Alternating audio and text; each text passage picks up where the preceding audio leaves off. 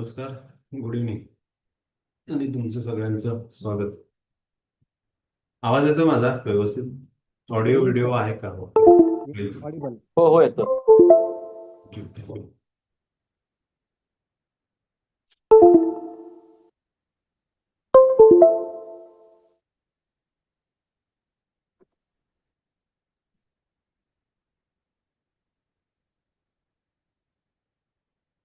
तर आपला विषय आहे शेअर मार्केट. शेअर मार्केट मधला सेगमेंट ऑप्शन्स, ज्याच्याबद्दल सगळ्यांनाच एक ओढ असते सुरुवातीच्या काळात.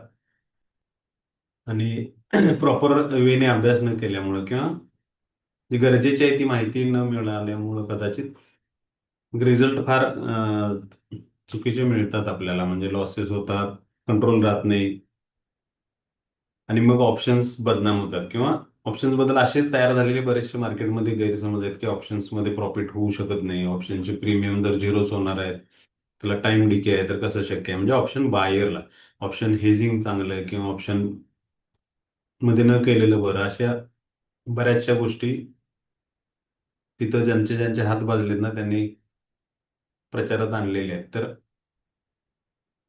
गेली 2.5-3 वर्ष माझं नाव दौलत पाटील, मी कोल्हापूरमध्ये एक इन्स्टिट्यूट रन करतो गेल्या 8-10 वर्षापासून. आणि आमच्याकडं इथं ऑफलाईन पण त्याचे वर्कशॉप चालतात.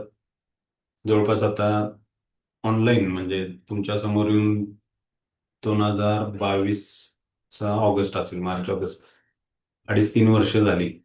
3-3.5 हजार विद्यार्थी आहेत आपल्याकडे शिकलेले, आणि फार चांगले रिझल्ट आहेत त्यांचे. म्हणजे ऑप्शन सारख्या नाजूक भागात काम करून सुद्धा आपल्याला फार चांगलं यश, कन्सिस्टन्सी जी म्हणतात विनिंगची, प्रॉफिटची, तर ती मिळू शकते. गरज लागते ती ते बेसिक्स पासून, एबीसीडी पासून सगळ्या गोष्टी छोट्या छोट्या आहेत त्या समजल्या असतील तर आपल्याला पुढे जाऊन रिॲक्ट होणं सोपं जातं. आणि आजचा विषय तोच आहे की ऑप्शन्स बद्दलचे ते जे गैरसमज आहेत की प्रीमियम, मुळात प्रीमियम समजून घेण्याआधी ऑप्शन्स हे सेगमेंटच काय आहे, ते कशासाठी डिझाईन केलं, आणि मग तिथं काम करायचं आहे आपल्याला. एक अट्रॅक्शन राहतं की हे स्वस्तात आपल्याला इथं सुरुवात करता येते, आणि एकमेव सेगमेंट राहिलेलं आहे मार्केटमधलं जिथं 5-15 हजार रुपये सुद्धा भरपूर भांडवल आहे सध्याच्या काळात. बाकी फ्युचर्स मध्ये तुम्हाला लाखाच्या पटीत लागतात. कमोडिटी मार्केटमध्ये तुम्हाला 5-7 लाख असल्याशिवाय त्या इंटरेस्ट नाही होत. बिगिनर असाल किंवा ऑलरेडी काम करताय मार्केटमध्ये आणि सक्सेससाठी झगडताय, तर त्यांच्यासाठी आपला वर्कशॉप राहतो शनिवार रविवार समोर ऑनलाईन. त्याची सगळी डिटेल्स मी तुम्हाला देईनच. मूळ आपला आत्ताचा हेतू आहे की ऑप्शन्स आपल्याला आधी समजायला पाहिजेत व्यवस्थितपणाने. तर त्यासाठी हा वेबिनारचं आयोजन आहे. तुम्ही आलात त्याबद्दल स्वागत पुन्हा एकदा. तुमचं नाव गाव ट्रेडर असेल तर ट्रेडर म्हणून बोलता बोलता तुम्ही मेसेजमध्ये टाईप करू शकता. आपली ओळख होऊन जाते या कारणाने. फ्रेशर असाल तर न्यू म्हणून टाईप करा, की थोडं डिटेलमध्ये आपल्याला जाता येत. तर ऑप्शन्स मध्ये जाण्याआधी ह्या मार्केटचा थोडासा ढाचा समजून घेतला तर ते सोपं राहतं आपल्याला समजणं. शेअर मार्केट, शेअर्सची खरेदी विक्री, ज्याला आपण कॅश सेगमेंट म्हणतो, जिथं आपल्याला बऱ्याचशा 8-10 हजार ऍसेट आहेत, वेगवेगळ्या कंपनीज आहेत, वेगवेगळे सेक्टर्स आहेत, आणि मग तिथं आपल्याला शेअर्स खरेदी करता येतात. प्रॉफिट होईल त्यावेळेला विकता येतात, किंवा लॉस असेल तरी थांबता येतात. ज्या काही गोष्टी असतात त्या तुमच्या अखत्यारीत चालतात. गेल्या 2-4-5 वर्षात त्याचं स्पीड फार वाढले, आपल्या हातात आलं ते मार्केट. आता आपण मोबाईलमधून किंवा प्रत्येक ब्रोकरची तुम्हाला ऍप मिळतात. गरज असते एक डिमॅट अकाउंटची, आणि डिमॅट अकाउंट नंतर तुम्हाला ही सेगमेंट अलाव होतं. कॅश सेगमेंटमध्ये तुम्ही किती पैशातून सुरू करू शकता. अगदी 100, 200, 500, 1000 त्या रकमेचे शेअर्स तुम्ही खरेदी केले, त्या ज्या कंपनीचा तुम्ही शेअर घेताय किंवा ज्या कंपनीमध्ये तुम्ही इन्व्हेस्ट करताय, तर त्याचा थोडा अभ्यास असेल आणि त्याच्यात ग्रोथ आली तर तो तुमचा प्रॉफिट असू शकतो. तुम्ही त्या दिवशी विकू शकता किंवा पुढच्या पिढीसाठी सुद्धा ठेवू शकता. इथंही गेल्या 8-10 वर्षात, आताची पडझड युद्धानंतरची सोडून दिली तर मागच्या 8-10 वर्षात आपलं मार्केट फार चांगल्या पद्धतीने ग्रो झाले. 5-25 कंपन्या अशा आहेत की ज्यांनी 2-2 पट प्रॉफिट दिलाय. आणि मग थोडा अवेअरनेस असेल, थोडा अभ्यास असेल तर इथेही चांगलं काम करता येतं. गरज आहे ती मोठ्या भांडवलाची. आपल्याला आता सध्या आपला पहिला पहिले इंटेन्शन काय की मला एक एक्स्ट्रा इन्कम सोर्स पाहिजे किंवा मला करिअरच याच्यात करायचंय. तर असं असेल तर मग हे सेगमेंट तुम्हाला लाखो करोडो रुपये सुरुवातीला घेऊन इथं जाणं म्हणजे रिस्की राहू शकतं. अभ्यासाने इथेही चांगल्या गोष्टी होतात, असेलच भांडवल तर करायला हरकत नाही. इथं जो इम्पॅक्ट चालतो ना तो इन्व्हेस्टर मेंटॅलिटीचा इम्पॅक्ट चालतो. म्हणजे स्वस्त असताना खरेदी करा, महाग झाल्यानंतर विका. आणि मग मधला टाइम आहे तो पेशन्स आणि त्याच्याबरोबर मार्केटच्या ज्या मूव किंवा ज्या काही फंडामेंटल्स त्याचा थोडासा अभ्यास. असं असेल तर इथेही तुम्हाला या मार्केटमध्येही चांगला काम करता येतं. दुसरं सेगमेंट आहे फ्युचर्सचं. मेसेज करत राहा, माझ्याकडे राहता हा डाटा तुमचा. नवीन पण बरेच आहेत.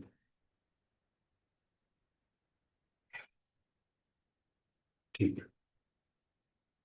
फ्युचर्समध्ये काय होतं, ह्याच ऍसेट ज्या आहेत ना इक्विटीच्या फ्युचर्समध्ये काय आहे, की इक्विटीची जी कुठलाही XYZ कंपनी असेल तर त्याच्या ऍसेट असेल ना तर त्याचे फ्युचर्समध्ये तुम्हाला काम करता येतं. म्हणजे इथं दोन गोष्टी आहेत, हे कॉन्ट्रॅक्ट्स असतात, महिन्याच्या आत तुम्हाला व्यवहार संपवायला लागतात. आणि सगळ्यात महत्वाचं म्हणजे लॉट साईजचं कंपल्शन राहतं. म्हणजे तुम्हाला इथं जसं सिंगल लॉटमध्ये काम करता येतं, तुमच्या बजेटप्रमाणे करता येतं, ते इथं अलाव नाही होत या सेगमेंटमध्ये.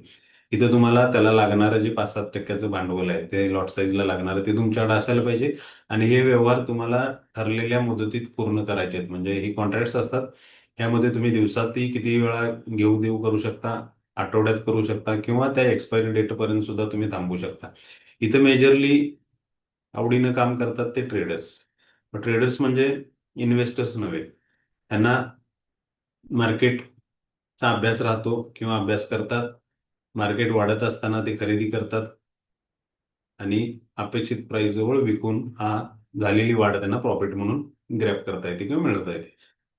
मार्केट बिरिश असेल आत्ताच्या सारखं, आता सगळ्याच बघितलं ना तुम्ही, टोटल सगळ्याच कंपनीचे शेअर्स ढासळत आहेत. ह्या केसमध्ये फ्युचर्समध्ये काम करणाऱ्याला आधी विकणं अलाउड आहे. त्याचा अंदाज असेल की अजूनही मार्केट खाली जाऊ शकतं तर त्याला विकणं अलाउड आहे. आणि त्याच्या अपेक्षित अभ्यासाच्या प्राइसमध्ये गेल्यानंतर त्याला खरेदी करता येत असेल तर इथंही त्याला प्रॉफिट कमवता येतं.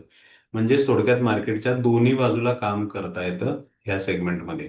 जसे इक्विटीचे फ्युचर्स आहेत तसेच एक आपल्याकडे एक पॅरलल एक्सचेंज चालतं, मल्टी कमोडिटी एक्सचेंज. इथं इंटरनॅशनल कमोडिटीजमध्ये तुम्हाला हेच काम करता येतं. त्यामध्ये गोल्ड आहे, सिल्वर आहे, एनर्जीमध्ये crude oil, natural gas, base metals आहेत, zinc, lead, aluminium, copper, brass असे. तर हेही मार्केट फार चांगलं रिझल्ट देतं. इथंही भांडवल लागतं. पूर्वी काय होतं, आपल्याला लिव्हरेज मिळायचं म्हणजे उधारी मिळायची ब्रोकरकडून.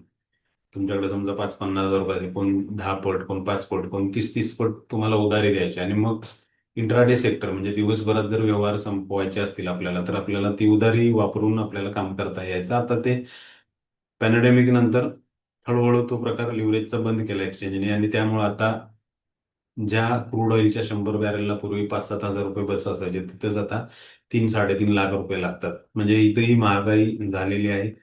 काम केलं आणि पैसे असतील तर इथेही चांगले रिझल्ट आहेत. अभ्यासाला इथेही शॉर्टकट नाही आहे. आणि मग जे अट्रॅक्शन आहे आपली की ऑप्शन्स. तर ऑप्शन्स हे सेगमेंटच बनवले ना ह्या इन्व्हेस्टरसाठी किंवा फ्युचरच्या ट्रेडर्ससाठी जे ट्रेड करतात. किंवा आपण ऍसेट घेतो, एखादी गाडी घेतो, घर घेतो, तर काही कारणाने त्याचं नुकसान झालं, ऍक्सिडेंट झाला तर त्याची नुकसान भरपाई मिळावी म्हणून एखाद्या इन्शुरन्स कंपनीकडे आपण त्याचं व्हॅल्युएशन करतो आणि त्याचा प्रीमियम विकत घेतो. आणि मग ती कंपनी आपल्या प्रॉपर्टीच्या नुकसानीची जबाबदारी घेते, ती इन्शुरन्स कंपनी. मग समजा नुकसान झालं तर ती इन्शुरन्स कंपनी तुम्हाला ती पे करेल. मग नाही झालं, तुमचा क्लेम नाही झाला तर तो तुम्ही खरेदी केलेला प्रीमियम प्रॉफिट म्हणून त्यांना जमा होईल. मग असे लाखो लोकांचे त्यांचे व्यवहार चालतात. त्यांचा जे काही पर्सेंटेज ऑफ असेल त्याप्रमाणे त्या गोष्टी त्यांच्या चालू राहतात. इथं समजा आपण ट्रेडर आहे आणि एखादी ऍसेट आपण बाय केली, आपला अभ्यास आहे की मार्केट वर जाईल. आणि असं न होता एक भीती आपल्याला राहते की असं नाही झालं आणि मार्केट खाली पडलं अचानक, आणखी आता 22,000 कडे मार्केट गेलं. मला वाटत होतं की आज इथं थांबेल म्हणून मी खरेदी केलेली आणि खाली उघडलं उद्या 200-400 पॉईंट खाली, तर मग माझं नुकसान होऊ शकतं. मग ह्याची जबाबदारी किंवा ह्याला पर्याय काय, तर ह्याला पर्याय आहे ऑप्शन्स. मग बरेच फ्युचर्समध्ये तुम्हाला वापरता येतं किंवा कॅश सेगमेंटमध्ये जरी तुमची इन्व्हेस्टमेंट असेल तर त्याच्यासाठी सुद्धा तुम्हाला हा सेगमेंट वापरता येतो. इथं दोन प्रकारचे प्रीमियम आहेत, एक कॉल युरोपियन ज्याला सीई म्हटलं जातं आणि फुट युरोप, हे दोन प्रीमियमची नावं आहेत. हे कॉलचे प्रीमियम आहेत ना, हे मार्केट चढताना चढतात, मार्केट बरोबर उतरतात. आणि हे पुटचे प्रीमियम आहेत, हे मार्केट पडताना वाढतात आणि मार्केट वाढताना पडतात. तर दोन वेगवेगळ्या दिशेने चालणारे हे प्रीमियम आहेत. मग समजा जर बायर आहे, तर त्याला भीती आहे मार्केट खाली पडल्यानंतर नुकसान व्हायची, तर तो पुटचा प्रीमियम बाय करू शकतो. म्हणजे त्यांना ऍसेट समजा निफ्टी, आता निफ्टी आपल्याला माहिती आहे की निफ्टी हा इंडेक्स आहे. मार्केटमधले ज्या टॉप 25 परफॉर्मर कंपनीज आहेत त्याचा ऍव्हरेज इंडेक्स आहे. त्याचा फ्युचरही अवेलेबल आहे आपल्याला ट्रेडिंगसाठी, आणि त्याचे ऑप्शन्सही जे सगळ्यात जास्त व्हॉल्युमनी चालतात. Nifty, bank Nifty, mid cap आहे, सेन्सेक्स मध्ये पण काम चालतं. फिनान्स मधल्या कंपन्यांची एक निफ्टी आहे, फिन निफ्टी, तिथेही काम चालतं. तर समजा निफ्टीचा हा ट्रेडर आहे आणि त्यानं निफ्टीचा एक लॉट बाय केलेला, 200-400 पॉईंट तिथून रिकव्हरी होईल किंवा करेक्शन येईल म्हणून, आणि तसं न होता 400 पॉईंट खाली पडले. आणि समजा त्याने एक लॉट पुटचा बाय केलेला असेल, तर मार्केट पडताना हे प्रीमियम वाढत असल्यामुळं इथं होणारा लॉस त्याला भरून काढता येईल किंवा त्याला त्याच्या अकाउंटवर भरून मिळतं. रिस्क काय घेतली, त्याने एक प्रीमियम बाय केला. आणि जसं आपण इन्शुरन्सचा प्रीमियम 5 लाखाची गाडी आहे तर एक 2-4 हजार रुपयाचा आपण प्रीमियम घेतो, तसं काम इथं व्हावं या उद्देशाने हे सेगमेंट तयार केले. निफ्टीचा समजा एखादा सेलर आहे, त्याला वाटतं की निफ्टी आता पुढे आणखी 300-400 पॉईंट पडेल, म्हणजे 22,000कडे जाईल. आणि असं न होता अचानक करेक्शन आला, अचानक युद्ध थांबलं, काहीतरी सपोर्टिव्ह सिस्टीम झाल्याने मार्केट उद्यापासून परत बूम सुरू झालं, तर इथेही या ट्रेडरचं नुकसान होऊ शकतं. मग ह्याच्यासाठी हे कॉलचे प्रीमियम आहे. मग त्याने जर त्याच्या पर्सेंटेजमध्ये, इथे लॉट साईजच्या पर्सेंटेजमध्ये कॉल बाय करून ठेवला असेल याचा प्रीमियम, तर हा प्रीमियम मार्केट वर जाताना वाढेल त्याच्या पर्सेंटेजमध्ये, आणि मग इथं होणारं नुकसान त्याला इथं भरून मिळेल किंवा भरून काढता येईल. तर असे हे दोन प्रकारचे प्रीमियम आहेत ऑप्शन्समध्ये. आणि ह्या प्रीमियम मध्ये मग गोंधळ सुरू होतो आपला, की मग कॉल आणि पुट आहेत, ही कॉल मार्केट बरोबर वाढतात, पुट मार्केट पडताना वाढतात. तर मग इथं इन्शुरन्स कंपनी सारखा काम करणारा ग्रुप आहे, ज्यांना ऑप्शन सेलर किंवा रायटर म्हणलं जातं. मग त्यांचे बरेचसे गोष्टी आपल्या समोर येत राहतात. मग ऑप्शन सेलर म्हणून त्यांच्यासारखं काम करायचं असेल, प्रीमियम सेल करायचे असतील, तर लागणारं बजेट फ्युचर इतकंच आहे, म्हणजे साधारण ₹1,25,00,000 तुम्हाला निफ्टीच्या एका प्रीमियमला विकायला लागतील. मग त्यांचा प्रॉफिट कसा होतो इन्शुरन्स कंपनी सारखं काम करणाऱ्यांचा, तर तुमचा कॉल आला नाही, म्हणजे तुमची कंप्लेंट झाली नाही, ऍक्सिडेंटच झाला नाही, तर तो प्रीमियम त्यांना ऍज अ प्रॉफिट जमा होतो. मग त्याच्यासाठी मुदत असते. हेही कॉन्ट्रॅक्ट्सच आहेत. इथं 8 दिवसाच्या निफ्टीमध्येही काम करता येतं तुम्हाला, महिन्याच्या निफ्टीमध्ये करता येतं, इव्हन कमोडिटी मधल्या फ्युचर्समध्येही काम करता येतं. तर त्या त्या गोष्टी समजून घेतल्या, त्याच्या एक्सपायरी जवळपास सगळ्या 1 महिन्याच्याच एक्सपायरीमध्ये आहेत, तर तिथपर्यंत तुम्हाला या गोष्टीमध्ये तुम्हाला रिॲक्ट होत आहेत. मग एक आहे सेलर किंवा रायटर म्हणलं जातं, तर ते प्रीमियम विकतात. आणि एक जॉब आहे बायरचा, तर हे प्रीमियम बाय करतात. एक्सचेंजने आपल्याला प्रॉपर्टी नसताना, म्हणजे गाडी नसतानाही इन्शुरन्सचा प्रीमियम बाय करायला अलाउ केलेला आहे. म्हणजे समजा मी निफ्टीचा कॉल बाय करतोय, तर ॲज इक्वल टू मला ती ऍसेट बाय केल्याचा फायदा मिळू शकतो, निफ्टीचा फ्युचर. आणि ज्यावेळी मी पुट बाय करतो, त्यावेळी मी निफ्टीचं फ्युचर विकल्याचा मला बेनिफिट मिळू शकतो. मग ऍज अ बाहेर काम करणं सोपं का ठरतं, तर इथं पैसे कमी लागतात, लेस मार्जिन लागतं. कमी पैशात हा ट्रेडिंगचा जो सेगमेंट आहे ना, तो तुम्हाला सुरू करता येतो. मग लेस मार्जिन लागतं, हे एक अट्रॅक्शन झालं. प्रॉफिट किती होऊ शकतं, तर प्रॉफिट तुमचं अनलिमिटेड होऊ शकतं. कारण एखादा प्रीमियम ₹40 असेल आणि त्या एक्सपायरीपर्यंत 400 झाला, तर तुम्हाला तेवढ्या पटीने इथं प्रॉफिट मिळू शकतो. सेलरचा प्रॉफिट किती आहे, लिमिटेड आहे. तो प्रीमियमचा जी कॉस्ट असेल तेवढीच झिरो होऊ शकते, आणि तोच त्याला क्लेम नाही झाला तर तो प्रॉफिट मिळू शकतो. म्हणजे इथे इन्व्हेस्टमेंट लाखाच्या पटीत आहे आणि प्रॉफिट लिमिटेड आहे. बायरसाठी इन्व्हेस्टमेंट छोटी आहे पण प्रॉफिट अनलिमिटेड आहे. तरीही मग या सेगमेंटमध्ये येऊन गोंधळ व्हायला सुरू होतात, कारण नेमके कोणते प्रीमियम घ्यायचे, इथून सुरुवात होतं तुझे गोंधळाची सुरुवात. की प्रीमियम वेगवेगळ्या स्ट्राईक प्राईसचे आहेत. म्हणजे जसं ह्या वर्षातली गाडी असेल एखाद्या मॉडेलला XYZ, तर त्याचा व्हॅल्युएशन वेगळं होतं, त्यामुळे त्याचा प्रीमियम इन्शुरन्स कंपनीला वेगळा आपल्याला भरावा लागतो. 4 वर्ष जुनं असेल तर त्याचा वेगळा भरायला लागतो. समजा येणारं मॉडेल असेल तर त्याचं व्हॅल्युएशन जास्त होईल पुढच्या नवीन येणाऱ्या सेगमेंटमधलं, तर त्याचा प्रीमियम जास्त असेल. त्याप्रमाणे इथं वेगवेगळ्या निफ्टीच्या प्राइसचे वेगवेगळे प्रीमियम आहेत, ज्यांना म्हटलं जातं स्ट्राईक प्राइस. आणि मग त्या स्ट्राईक प्राइस प्रमाणे प्रीमियम चेंज होतात. आणि मग दुसरा गोंधळ सुरू होतो तो म्हणजे मग हे सगळेच प्रीमियम, समजा निफ्टी 100 पॉईंट वाढली किंवा आता आज निफ्टी 300 पॉईंट पडली, तर 300 पॉईंट पडल्यानंतर सगळेच पुढचे प्रीमियम 300 पॉईंटनी का नाही वाढले? काहींच्यामध्ये 10 रुपयेच वाढले, काहींच्यामध्ये 100 वाढले, काहींच्यामध्ये 290 वाढले. तर हा डिफरन्स का? म्हणजे आपला प्रीमियम सिलेक्शन जर प्रॉपर असेल तर तुम्हाला मॅक्झिमम नंबर्सकडे जात आहेत. म्हणजे प्रीमियम कसे चालतात हे आधी समजून घेतलं तर त्या गोष्टी होतात. त्यानंतरचा प्रॉब्लेम येतो की ह्या प्रीमियमचा टाइम डिके, जी वेळेनुसार कीड लागलेली आहे, तो प्रकार काय आहे? म्हणजे ह्या सगळ्याचं एक कॅल्क्युलेशन आहे, ज्याला ऑप्शनचे ग्रीक्स म्हणलं जातं. इथं तुम्हाला या प्रीमियमचा ग्रोथ रेट कळतो. म्हणजे पर्टिक्युलर कुठल्या प्रीमियम किती पर्सेंटेजने वाढू शकतो. टाइम डिके कळतो की कुठला प्रीमियम किती पर्सेंटेजने डिके होऊ शकतो. कधी ह्याला व्हॉलॅटिलिटी मिळेल, कधी नाही. तर या सगळ्या गोष्टीची जी कॅल्क्युलेशन गणित आहे ना, मॅथमॅटिक्स म्हणा त्याला, स्टॅटिस्टिक्स म्हणा, तर त्याला ग्रीक्स नावाने ओळखलं जातं. ह्या गोष्टी थोड्या गोंधळात नाही येतात. तर इथं गरजेच्या आहेत तेवढ्याच तुम्ही जर लक्षात ठेवल्या तर तिथंही आपले त्या गोष्टी पासून बाजूला राहता येतं. म्हणजे ह्या फार डिटेलमध्ये शिकूनही उपयोग होत नाही आणि ह्या अवॉइड करूनही चालत नाही. तर हे बेसिक्स सगळी माहिती पाहिजेत. म्हणजे ABCD ऑप्शनची आपल्याला आज शिकायची आहे. आणि त्यासाठी आपण चूज केलंय की ऑप्शन चेनचं रिडिंग, ऑप्शन चेन किंवा ऑप्शनचा डाटा, म्हणजे हे जे सेलर्स काम करतायत मार्केटमध्ये, त्यांनी घेतलेल्या ज्या पोझिशन आहेत त्यांचा डाटा एक्सचेंज आपल्यासमोर एका चार्टच्या रूपात प्रेझेंट करत राहतं एक्सचेंजच्या साईटवर. आणि मग तिथं गेल्यानंतर आपल्याला ह्या सगळ्या प्रश्नांची उत्तरं मिळायला सुरू होतात की नेमकं मग हा प्रकार काय आहे. तर आपल्याला त्यासाठी जायचं आहे एक्सचेंजच्या साईटवर. NSE ऑप्शन चेन असं तुम्ही जर टाईप केलं तर तुम्हाला ही साईट मिळू शकते. फोनवरून, मोबाईलवरून कसे तुम्हाला इथं कनेक्ट होता येतं. तर हे ते पेज आहे आणि बेसिक समजून घेण्यासाठी याचा वापर होऊ शकतो सुरुवातीच्या काळात. इथं आल्यानंतर तुम्हाला निफ्टी, बँक, मिड कॅप ह्या सगळे ऑप्शन आहेत. एक्सपायरीचं तुम्हाला सिलेक्शन मिळतं. आता ही आठवड्याच्या एक्सपायरीचे आपण सिलेक्ट केले आणि हा चार्ट समजला की तुमच्या ऑप्शन बद्दलचे बरेचसे गैरसमज दूर होतात. तर इथं स्ट्राईक प्राइस आहेत, डाव्या बाजूला कॉलच्या प्राइस आहेत, इथं उजव्या बाजूला पुटच्या प्राइस आहेत.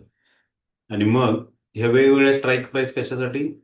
तर वेगवेगळ्या मॉडेलच्या गाड्यांचा वेगवेगळा प्रीमियम आपल्याला लागेल, म्हणून त्या वेगवेगळ्या स्ट्राईक प्राइस असं आपण समजायचं. थोडं खाली आलो मध्यावर त्या चार्टच्या की आपल्याला दिसते की हा चार्ट करंट मार्केट प्राइसनी विभागलाय. म्हणजे हा एक सेगमेंट आहे, हा एक सेगमेंट आहे, इथे एक आहे, इथे एक आहे. आणि मग ही करंट मार्केट प्राइस आपल्यासाठी महत्वाची ठरते. म्हणजे आज जिथं मार्केट आहे ती प्राइस म्हणजे करंट मार्केट प्राइस. समजा आता उद्या मला सकाळी वाटेल की निफ्टी 200-400 पॉईंटनी करेक्शन देईल किंवा रिट्रेसमेंट येईल, आणि म्हणून मी 23,150 किंवा 23,100 या करंट मार्केट प्राइस जवळचा कॉल घ्यायचा ठरवला. तर तो आहे मला 265 रुपयाला. ही त्याची प्राइस झाली प्रीमियमची, गुणिले 65, म्हणजे निफ्टीचा लॉट साईज आता 65 आहे. मध्ये अजून काही पर्सेंटेजमध्ये ते काही येऊन राहतं. 75 होता, आता मागच्या वर्षी 65 केला. मग 18-19 हजार रुपये आपल्याला लागतील अकाउंटवर हा प्रीमियम बाय करण्यासाठी. समजा मी हा प्रीमियम बाय केला आणि निफ्टी खरोखर 200 पॉईंटनी वर गेली. 200 पॉईंटचा उद्या ग्रोथ आला, सोमवारी मार्केट सुरू होईल. तर हा प्रीमियम साधारण 50% वाढेल. म्हणजे 200 पॉईंट निफ्टीमध्ये किंवा 100 पॉईंट निफ्टीमध्ये वाढ झाली तर 50-51 पॉईंट मला ह्या प्रीमियम मध्ये वाढलेले दिसतील. आणि मग तेवढाच गुणिले 65 हा माझा प्रॉफिट असेल. समजा आपल्यापैकी एखाद्याने इथं प्रीमियम खरेदी केलाय 400 रुपयाच्या आसपास किंमत असलेला, थोडा ह्या डार्क पॅच मधला, म्हणजे कमी झालेल्या स्ट्राईक प्राइसचा प्रीमियम एखाद्याने आपल्या बरोबर बाय केलाय. साधारण 20-24 हजार रुपये लागतील. मग आता हा जर आपण बाय केला असेल आणि निफ्टी त्याचाही अंदाज असेल की 200 पॉईंट वर झाले, तर हा प्रीमियम कदाचित 80-90 किंवा 99.99% वाढ देऊ शकतो. म्हणजे 199 पॉईंटची ग्रोथ देऊ शकतो. म्हणजे इथं आपला मॅक्झिमम प्रॉफिट होऊ शकतो. निफ्टीची वाढ तेवढीच झाली. बरेच जण काम करतात ते ह्या सेक्टरमध्ये, का तर इथं स्वस्तात प्रीमियम दिसतात. झिरो टू हिरो व्हायच्या गडबडीनं आपल्याला वाटतं की इथं एक 300 रुपयाचा 18 हजारचा घेण्यापेक्षा 2-2 हजारचे 10 घेऊया. आणि तशा अपेक्षेने कदाचित किंवा माहिती नसल्यामुळं इथले प्रीमियम बाय केले जातात. हे तुम्हाला 5-6 हजार रुपयात आहेत. आता हे व्हॉलॅटिलिटीमुळे दर वाढवलेत प्रीमियमचे, नाहीतर जनरली तुम्हाला 8-10-12 हजार या रेंजमध्ये चांगले प्रीमियम मिळतात. तर हा प्रीमियम घेतला असेल तर निफ्टी 200 पॉईंट वर गेली असेल तर इथं होणारी वाढ ना कदाचित 5%, 10% किंवा 15% एवढीच होईल. मग हा डिफरन्स महत्वाचा आहे. निफ्टी पडते, आज पडते, तर समजा एखाद्याने सकाळी असाच दर असता 2300 जवळ किंवा 23,500 इथं होता सकाळी. जो करंट मार्केट प्राइस आहे ना तो चार्टमध्ये इथं असतो. सकाळी आज मार्केट पडायच्या आधी 23,500 जवळ, 23,500 इथं होता. मग तो प्रीमियम जर मी बाय केला असता पुट ॲज अ बायर म्हणून, तर तिथं मला 50%चा ग्रोथ मिळाला असता. म्हणजे 300 पॉईंट पडल्यानंतर मला साधारण 160-150 पॉईंट प्रॉफिट झाला असता. मी इथले प्रीमियम घेतले असते तर मला कदाचित 10%, 15%, कदाचित 20%चा प्रॉफिट झाला असता. आणि मी जर इथलं प्रीमियम घेतलं असतं तर मला कदाचित 99%चा प्रॉफिट व्हायचे चान्सेस होते. मग हा डिफरन्स राहतो प्रीमियम चॉईसमध्ये.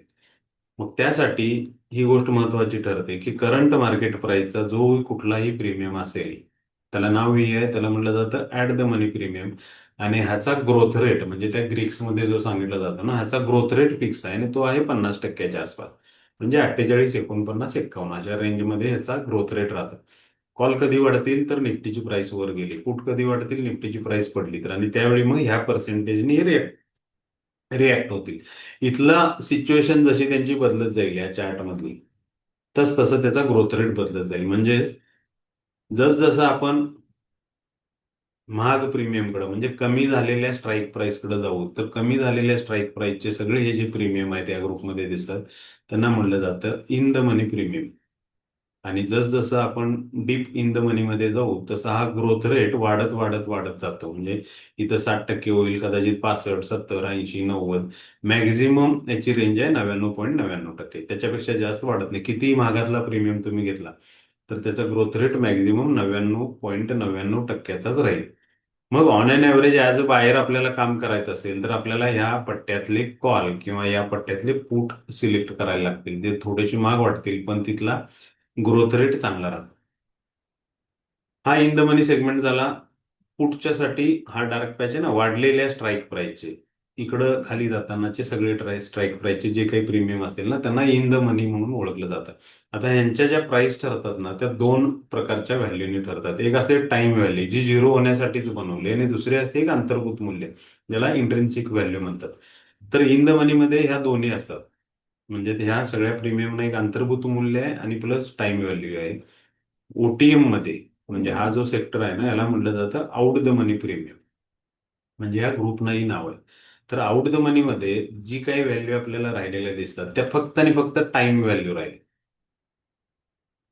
त्यांना अंतर्भूत मूल्य राहत नाही. आणि फार चमत्कारिक मुवमेंट झाली एका बाजूची तरच हे प्रीमियम तुम्हाला चांगल्या पद्धतीनं वाढताना दिसतील, किंवा ह्या टाइम व्हॅल्यूमुळं ही व्हॅल्यू झिरो होण्यासाठीच बनलेली आहे हे लक्षात घ्या.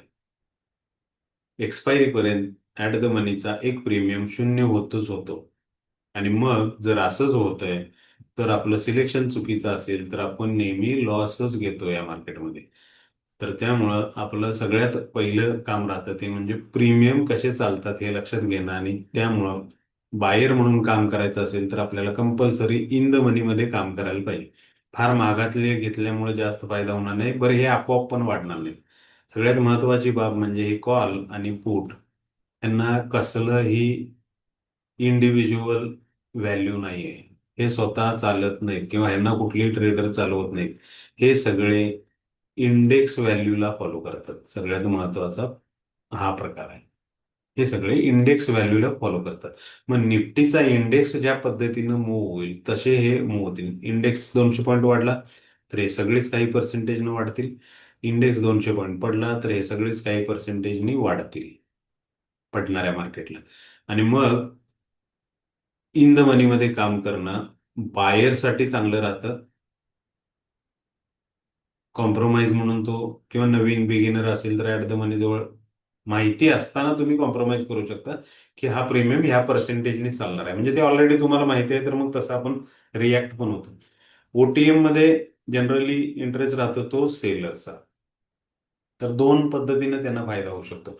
ओटीएम मधले प्रीमियम ऑटोमॅटिकली डिके होतं, कारण कीड यांना लागलेली आहे आणि वेळेनुसार ते हळूहळू कमी होत राहणार आहेत. मग कमी होणार आहेत तर तो प्रॉफिट ऑटोमॅटिकली त्या सेलरला मिळणार आहे. आणि मग थोडासा अभ्यास त्यांचा आणखी असेल की मार्केटची दिशा कळत असेल तर मग आणखी जास्त प्रॉफिट मिळवायचे चान्सेस त्यांचे वाढतात. पण ही लोक बऱ्याचदा दोन्ही दगडावर हात ठेवतात. म्हणजे इथेही राहतात आणि इथेही राहतात. कॉलही विकतात, पुटही विकतात. कारण यांच्या इन्व्हेस्टमेंटच्या पर्सेंटेजमध्ये मिळणारा प्रॉफिट वन साइड राहायचा असेल, म्हणजे डिरेक्शनल राहायचं, मार्केट पडत असेल तर कॉल विकायला पाहिजे, चढत असेल तर पुट विकायला पाहिजे. पण तसं न होता हे मार्केट दररोज काही डिरेक्शनल राहत नाही. ह्या मार्केटची एक रेंज ठरते आणि त्या त्या रेंजमध्ये काम करत राहतं. आणि मग असं असेल तर एक्सपायरी टू एक्सपायरी, म्हणजे आठवड्याभरात मार्केट किती मूव्ह होऊ शकतं, मॅक्झिमम वर किती जाईल, खाली किती जाईल, हे त्यांना माहिती असतं. किंवा या अभ्यासानं कुणालाही कळू शकतं. मग त्यांच्या पोझिशन दोन्ही बाजूला बनतात. आणि मग दोन्ही बाजूचा प्रीमियम कदाचित त्या रेंजमध्ये असेल तर त्यांना प्रॉफिट म्हणून मिळून जातं. जे डिरेक्शनल काम करत असेल ते एका बाजूचा प्रीमियम विकतील, म्हणजे मार्केट वाढताना कॉल वाढतात म्हणून आपण बाय करतो तर ते विकतील. इकडं त्यांचे ते प्रीमियम उलट्या बाजूला. मग हे जे सेलर्स आहेत, ऑप्शनचे सेलर, त्यांचा डाटा इथं आपल्याला दिसत राहतो ओआय म्हणून. हा ओपन इंटरेस्टमध्ये जे नंबर दिसतात ते सेलरनी घेतलेल्या ऍक्च्युअल पोझिशन आहेत. म्हणजे इथला कुठलाही नंबर तुम्ही घेतला 40,822, तर हा प्रीमियम आहे 23,200चा प्रीमियम. प्राइस आहे ₹237.20. तर हा विकलेल्या लोकांची संख्या 40,822 लाख आहे. त्या नंबरला 1 लाखाने गुणलं की तो ऍक्च्युअल नंबर राहतो. म्हणजे ऑलरेडी हे प्रीमियम इतक्या लोकांनी विकलेले आहेत. ह्यांनी का विकलंय, तर त्यांची अपेक्षा आहे की 23,200 कडे मार्केट येतच नाही. मार्केट हे इथून खालीच पडत राहील. आणि मग तसं झालं मंगळवारपर्यंत, तर हा प्रीमियम त्यांना प्रॉफिट म्हणून खायला मिळेल. त्यांच्याकडे प्रॉफिट जमा होईल. सेम वेने इथं फूट विकले. इथं 98,906 लोकांनी फूट विकलेत समजा सेलरनी. त्याची स्ट्राईक प्राइस, किंमत किती आहे, ₹175.70. स्ट्राईक प्राइस आहे 23,000ची. तर यांना वाटते की 23,000कडे आता मार्केट खाली येणार नाही, खाली पडणार नाही, म्हणून त्यांनी पुट विकले. मग हा प्रीमियम जर तसं नाही झालं तर हा प्रीमियम त्यांना प्रॉफिट म्हणून जमा होईल. म्हणजे इथले सगळे हा ओआय म्हणजे ओपन इंटरेस्ट आहे ना, तर तो सेलर्सचे नंबर आहेत. आणि मग ऍज अ बायर काम करताना आपल्याला ह्याच्यातून काही क्लू घेता येतात. म्हणजे इथले मॅक्झिमम नंबर जर आपण चेक केले तर 40,820, इथं आहे 74,759 किंवा 73,553. तर हे नंबर म्हणजे 23,200 स्ट्राईक प्राइस आहे, 23,500 आहे आणि 23,600 आहे. तर ह्याचा अर्थ असा झाला की मार्केट वर जाताना ह्या 23,500, 23,600 हे काय आहेत? अडथळे आहेत. कारण इथं सेलर्सची गर्दी आहे. म्हणजे तिथं त्या त्या रकमेवर गेल्यानंतर मार्केटवर ते बेरिश प्रेशर राहू शकतं. सेम वेने आपण पुढचे नंबर बघितले मॅक्झिमम 98,906 काय 23,000 जवळ. म्हणजे खाली मार्केट जाताना 23,000 ही रेंज एक सपोर्ट झोन म्हणून रिॲक्ट होऊ शकतो. त्याच्या खाली गेला तर मग 72,468 ला पूर्ण गर्दी आहे. म्हणजे 22,800 जवळ एक गर्दी आहे. म्हणजे इथून खाली आलं तर एक नेक्स्ट रेंज आहे ती 22,800ची. तर हा डाटा आपल्याला काही क्लू देतो. हे असंच व्हायला पाहिजे असं नाही, किंवा फक्त ऑप्शन सेलर जे मार्केट चालवत होते तो काळ वेगळा होता, त्यावेळी ह्या गोष्टी बऱ्यापैकी तशाच रिॲक्ट होताना दिसतही होत्या. आता रिटेलरची संख्या वाढली, ताकद वाढली. 1.5-2 करोड अकाउंट होती पॅन्डेमिकच्या आधी, ते आता 14-15-16 करोडवर गेलेत. आणि तो सगळा वाढलेला नंबर ऑफ ट्रेड्सचा आहे ना, जे काही अकाउंट्स वाढले तर ते सगळे इन्व्हेस्टर म्हणून मार्केटमध्ये आलेले नाहीत, तर ते आले ट्रेड करायला. आणि प्रॉफिट कमवायला. त्यांना रोज पाहिजे, काही जणांना दर 4 दिवसाला पाहिजे, काही जणांना 8 दिवसाला पाहिजे. म्हणजे ह्यांच्या त्यांच्या त्यांच्या अभ्यासानुसार मार्केटमध्ये येणं झालंय. इन्व्हेस्टर म्हणून 10 वर्षांनी आणि 20 वर्षांनी मिळणारे पैसे त्यांना नको आहेत. आणि मग असं असेल तर फक्त ह्या लोकांच्या नंबर्सवर आपण आपला ट्रेड जनरेट करू शकत नाही. पण नक्कीच आपल्याला याच्यातून गाईडलाईन घेता येतात, की मार्केटची रेंज कळू शकते. दुसरी गोष्ट या डाट्यातून आपल्याला मिळते ती म्हणजे आपण आहोत 23,150 ला. आपल्याला वरची रेंज दिसते 23,500 आणि खाली दिसते 22,800 समजा, आणि आपण इथं मध्ये आहोत.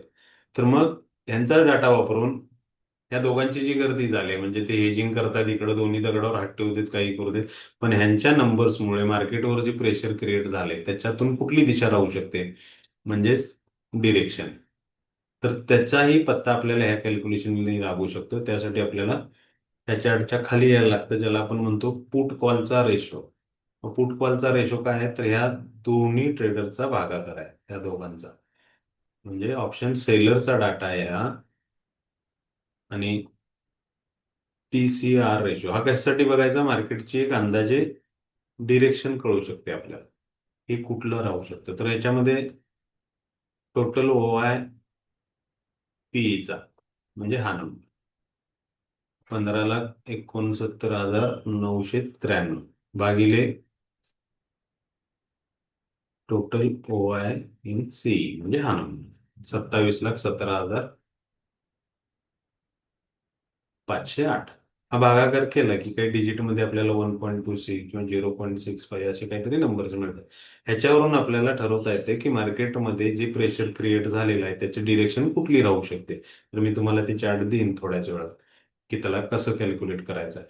दुसरी गोष्ट ह्या चार्टमधून आपल्याला समजू शकते ती म्हणजे ऍज अ बायर काम करत असेल आपण, किंवा ऍज अ सेलर म्हणून काम करताना ते प्रीमियम खरंच, किंवा मार्केट कुठल्या पद्धतीने मूव्ह होत राहील. तर हा कॉलम आहे IV चा, इम्प्लाइड व्होलॅटिलिटी, आणि इथे तुम्हाला त्याचे पर्सेंटेज ऑफ व्होलॅटिलिटी आपल्या समोर दिलेली आहे. तर हा नंबर 20 पेक्षा जास्त असेल तर ते मार्केट बायरसाठी दी बेस्ट असतं. म्हणजे आता तर इथं 26-27% आहेत, म्हणजे 20 पेक्षा जास्त आहे. ऑप्शन बायरसाठी पुट बायरना आज भरभरून फायदा झालाय. आज काल त्याच्या आधीच्या दिवशी जसं मार्केट बिरीज झालं ना, तशा मोठ्या मुवमेंट चालल्यात. जनरली निफ्टी 1.5 पावणे 200 पॉईंटच्या रेंजमध्ये काम करते. आता 300-400 पॉईंटचे मूव्ह व्हायला लागले वन साइडेड. आणि त्यामुळे ती प्रीमियम मध्ये त्या व्होलॅटिलिटीमुळे थोडी वाढ केली एक्सचेंजने सेफ साईड राहण्यासाठी. तर हा नंबर 20 प्लस असेल ना तर बायरसाठी चांगला आहे.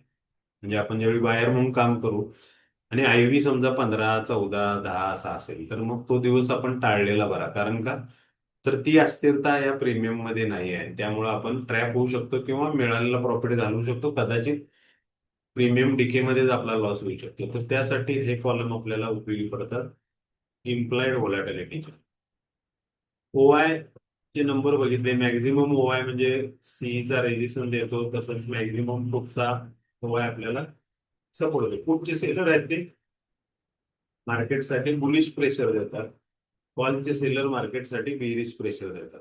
आणि मग चेंज इन OI हा एक कॉलम आहे ना, इथं तुम्हाला ह्यांची ताकद कमी झाली की वाढली ह्या गोष्टी कळू शकतात. म्हणजे बरेचसे ट्रेड्स तिथून निघून जात असतील तर तुम्हाला इथं मायनस मध्ये नंबर्स दिसतील. मायनस नंबर आहे म्हणजे इथलं ट्रॅफिक जे जाम होतं तो क्लिअर व्हायला लागले. थोडक्यात तिथले ट्रेडर्स आपल्या पोझिशन कट ऑफ करायला लागले.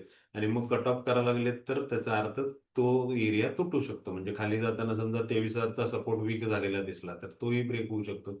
वर जाताना एखादा रेजिस्टन्स स्ट्रॉंग झालेला दिसला तर मग तिथं पुन्हा ते मार्केट थोडंसं ट्रॅप होऊ शकतं. तर ह्या गोष्टी सगळ्यात महत्वाच्या ठरतात इनिशियल लेवलला आपल्याला ऑप्शन्समध्ये. आणि मग आपल्याला पुढे प्लॅन करता येतो की खरंच हा OI डाटा इम्पॅक्ट करतो का, तर अजिबात नाही. म्हणजे माझा अनुभव मी सांगेन तुम्हाला. मग ह्याच्यातून काय आयडिया मिळू शकते का, तर नक्कीच आपल्याला आयडिया येऊ शकते. त्याचा वापर आपल्याला करता येऊ शकतो. IV चा वापर करता येऊ शकतो. जसं इंडिया विक्सने सकाळीच ठरवलं जातं की मार्केट किती पर्सेंटने मूव्ह होईल, काय होईल, बरेचसे कॅल्क्युलेशन ह्याच्यावर काम चालूच असतात. तर किमान ऑप्शन्स मध्ये येताना, आणि याच म्हणेन मी ही का, तर इथं भरपूर पैसा आहे, भरपूर पैसा मिळू शकतो, अगदी कन्सिस्टंट मिळू शकतो, गॅरंटेड मिळू शकतो. पण ह्या गोष्टींना समजून घेऊन रिॲक्ट होता आलं पाहिजे. आणि मग याचा पुढचा अभ्यास तुमच्याकडे पाहिजे. तुम्ही अक्षरशः म्हणजे पिन पॉइंटनी ह्या मार्केटकडं अॅक्युरसी ठेवू शकता. जशा मी बऱ्याचशा लेवल तुमच्याबरोबर शेअर करतोय. आधीच्या दिवशीची मागचा ड्रॉप होताना 500 पॉईंटची लेवल होती आमची. आजची 500चा रेट एक्झॅक्ट 500 पासून मार्केट तुटलं. पहिली आमची 300 होती, 200, आणि मग आता 2300 पर्यंत मार्केट आलं. म्हणजे 350-400 पॉईंट मार्केट ड्रॉप झालं. आपण अपेक्षा केलेल्यापेक्षा जास्त झालं तर उलट चांगलंच आहे. तर हे अंदाज तंतोतंत खरे ठरू शकतात आणि ठरवता येतात पुढच्या काही अभ्यासाने. आणि मग हा बेस घेऊन तुम्ही तिकडेही जाऊ शकता, फार चांगले रिझल्ट घेता येतात.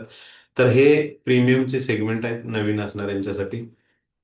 बायर म्हणून काम करताना तुम्हाला ह्या एरियात म्हणजे साधारण ऍट द मनी पासून तिसरा, पाचवा, आठवा हा प्रीमियम आहे ना, तो तुम्हाला ऑलवेज चांगला डेल्टा व्हॅल्यू देईल, म्हणजे ग्रोथ रेट चांगला देईल. सेलरसाठी ओटीएमचा एरिया आहे.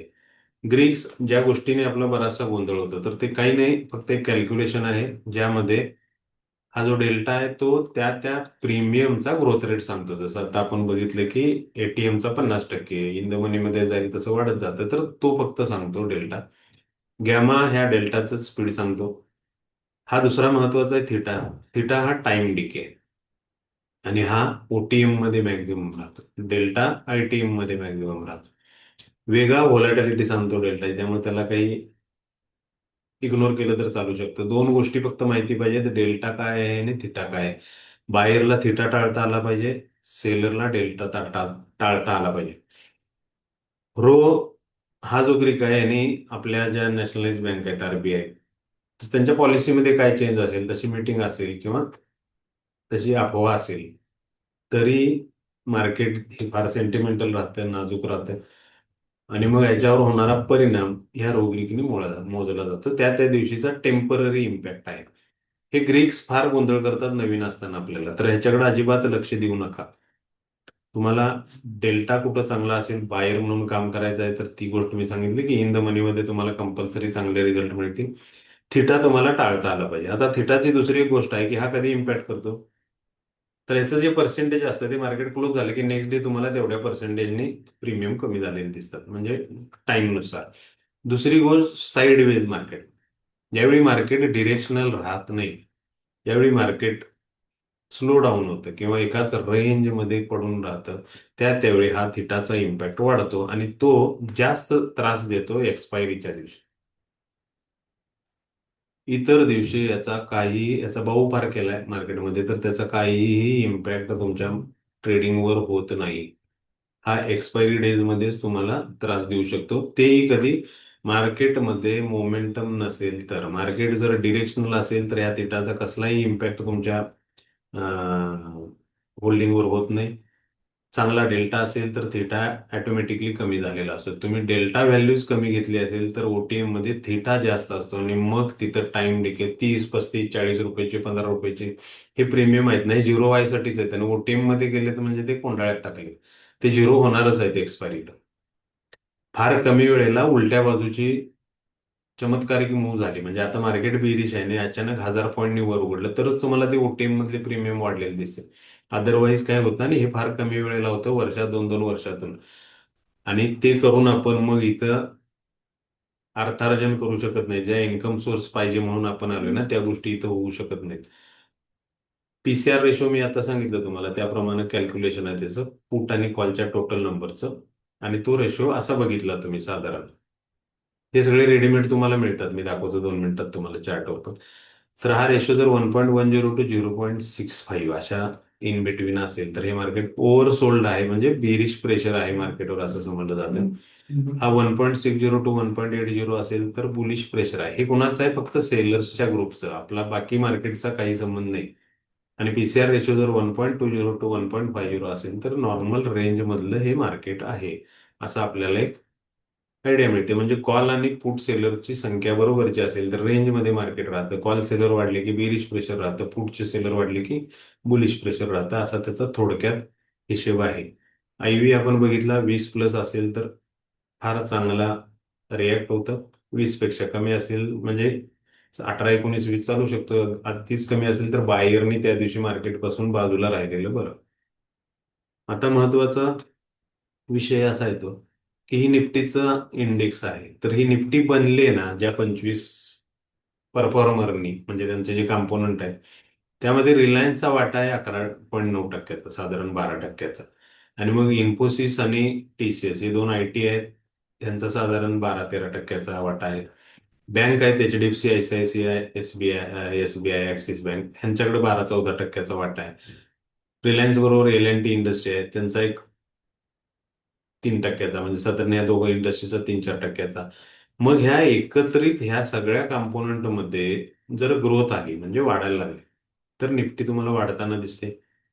किंवा यातले चार फ्लॅट असतील आणि दोघांच्यातच जोरदार खरेदी चालली, तर तेवढ्या तेवढ्या पर्सेंटेजने तुम्हाला निफ्टीमध्ये तो इम्पॅक्ट होताना दिसणार. On an average general days मध्ये 150-200-250 पॉईंटची मुवमेंट होतेच होते वर खाली. तर हे जर निफ्टीला वर जायचं असेल तर कोण नेणार? मग ह्या कॉम्पोनंट्स मध्ये कोण काम करते? तर याच्यामध्ये सगळ्यात मोठा हात राहतो इन्व्हेस्टरचा. मग इन्व्हेस्टर म्हणजे काय, तर त्यांना काय प्रत्येक दिवसासाठी करायचे नाही, ते येत जातात, येत जातात, येत जातात, 6 महिने, वर्षभर येतात आणि मग कुठेतरी निघून जातात प्रॉफिट घेऊन. म्युच्युअल फंड त्याच्यामध्ये काम करतं. इन्शुरन्सचे सगळे हजारो कोटी रुपये त्या मार्केटमध्ये इथे लागले जातात. इंडिव्हिज्युअल ट्रेडर्स आहेत, जे करोडो रुपयाच्या किंवा त्याच्या अधिक पटीत काम करणारे इन्व्हेस्टर म्हणून ती लोक इथे असतात. त्यानंतर ट्रेडर्स आहेत जे इम्पॅक्ट करत राहतात, म्हणजे फ्युचरमध्ये काम करणारे, रिलायन्सचा असेल किंवा एचडी बँकेत काम करतात, पण ते त्याच्या वेगळ्या सेगमेंटमध्ये काम करतात. तर इथला सगळा बाहेर इथं हातभार लावेल मार्केटला वर जायला. एफ आय आहे, म्हणजे फॉरेन इन्व्हेस्टरची मागच्या वर्षीचीच इन्व्हेस्टमेंट कितीतरी लाख कोटीत आहे. ह्यांचं येणं आणि जाणं, हेही मार्केटला वर नेणं, खाली येणं किंवा प्रॉफिट बुकिंग करणं आणि ते करेक्शन येणं, या गोष्टी चालू राहतात. तर ह्या सगळ्यांचा एकत्रित इम्पॅक्ट ह्या प्राइसवर होत राहतो, वर जाण्यासाठी किंवा खाली येण्यासाठी. मग खरेदी सुरू झाली तर प्राइस वाढतात, विक्री सुरू झाली तर खाली येतात. मग त्यानंतर ह्याच्यामध्ये ऍड ऑन होतो सेलरचा डाटा, म्हणजे ओआय, टेलरची ताकद. आणि मग त्याच्याबरोबर जी फार चांगली ताकद लागते रिटेलरची, बायर्स. म्हणजे आपल्या अर्थमंत्र्यांनी सुद्धा मागच्या वेळी कबुली दिली की रिटेलर्सची ताकद इंडियन मार्केटमध्ये फार चांगली आहे. मग रिटेलर इथं 8-8, 10-10 दिवसासाठी थांबायला येत नाही, तर ही सगळी पॉवर आहे ना ती इंट्राडे ट्रेडिंग मध्ये आहे. त्यांना दिवसभराचं काम झालं की मला उद्याचं टेन्शन नको आहे, या मेंटॅलिटीत आत्ताची सगळी पिढी आहे. आणि मग ह्यांना रोजच्या रोज स्काल्पिंग करून, स्नायपर ट्रेडिंग करून पैसे मिळाले तर चालतात, आणि त्यात ते कितीतरी पिठेत मिळतात. मॅडम, तर रोज लाख रुपये घेणारे सुद्धा मेंबर आहेत, आणि रोज 1,500-2,000 मिळाले तर बस, असे दोन्ही आहेत. मी आजच तुम्हाला एक व्हॉट्सअपचं आमचं रेकॉर्डिंग पाठवलंय. दत्ता जोशी म्हणून क्लायंट आहेत माझे, आता मागच्या जानेवारी मधले. नवीन शिकले, भीत भीत सुरू केलं छोट्याशा भांडवलातनं, 10,000, 12,000 मध्ये, आणि 200, 500, 800, 1000 करत करत भांडवल दुप्पट केलं, ते पैसे काढले. एकही दिवस तो माणूस लॉस मध्ये नाही. आजचा प्रॉफिट त्यांचा 4-4.5 हजार, म्हणजे आज मार्केटची मूव होती म्हणून. जे थोडे एक्सपर्ट झाले ते 70,000, 80,000, 1 लाखाकडे जातात. म्हणजे हे ऑप्शन बायर इम्पॅक्ट करतात आणि त्यांची संख्या फार मोठी आहे, ताकद फार मोठी आहे. असा ह्या सगळ्यांचा एकत्रित इम्पॅक्ट होत राहतो. आणि मग फक्त ओआय डाटा बघून किंवा प्रीमियम कळले किंवा ऑप्शनचा पीसीआर कळला म्हणून आपण जर ट्रेड करत असू, तर आपण परत मग गॅम्बलिंगच करतोय, म्हणजे आपल्याला रिझल्ट मिळायचे चान्सेस नाहीत. मग आपल्याला एक स्टेज पुढे जायला लागतं की इथं तुम्हाला जी अॅक्युरसी आहे प्रिडिक्शनची, ती टेक्निकल अनालिसिसच देऊ शकतो. का? तर ही जी मेजॉरिटीची बाब आपण बोललो, सगळे इन्व्हेस्टर्स, ट्रेडर्स आणि मग सेलर, बाय, ह्या सगळ्यांचा इम्पॅक्ट कशावर होत राहतो? प्राइसवर. आणि मग वेळ आहे ना, अजून एक 15-20 मिनिटं बोलूया ना चार्ट बद्दल थोडं, तुम्हाला आवडत असेल तर. अनालिसिस म्हणजे काय, आवडेल का?